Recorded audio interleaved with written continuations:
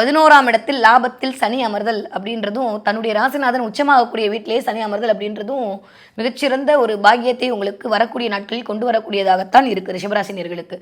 பெரிய பதவி, பெரிய உத்தியோகம், பெரிய பெயர், பெயர், புகழ், அந்தஸ்து, கௌரவம் எல்லாம் கிடைக்க போகுது. இது வரைக்கும் யாரெல்லாம் எனக்கு ப்ரொமோஷன் வேணும் வெயிட் பண்ணிட்டு இருந்தீங்களோ, இந்தான்னு தூக்கி கொடுக்க போறாரு சனி. வாங்கிட்டு ஜாலியாக இருங்க. மாபெரும் சபையில் நீ நடந்தால் உனக்கு மாலைகள் இட வேண்டும்ன்ற மாதிரி கொண்டு வந்து உங்களை தேடி மாலைகள் வரத்துக்கான நேரம் அப்படின்னு. இந்த பக்கம் ராகு கேது பயிற்சியுமே எக்ஸ்ட்ரானரியாக இருக்குது. 10க்கு மே மாதத்துக்கு அப்புறம் 2க்கு போகிற குரு சொல்லவே வேண்டாம். தனக்காரகன் 2ல் போனால் கேட்கவா வேணும். இந்த பக்கம் சனியும் காசு கொடுக்க ரெடியாக இருக்கார், அந்த பக்கம் குருவும் காசு கொடுக்க ரெடியாக இருக்காரு, ராகுவும் வந்து ப்ளஸ் பண்ணுறதுக்கு ரெடியாக இருக்கார். வேறு என்ன வேணும் ரிஷப ராசிக்காரங்களுக்கு? நிறைய ரிஷபராசிக்காரங்க வீட்டில் மார்ச் மாதத்துக்கு அப்புறம் குவா சத்தம் கேட்பதற்கான நேரம் அப்படின்றது கூடி வருது. நிறைய திருமணம் நடக்குது, அதுவும் காதல் திருமணங்கள் நடக்க போகுது.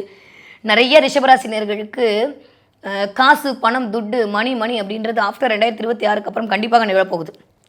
எந்தவித மாற்று கருத்தும் இல்லை.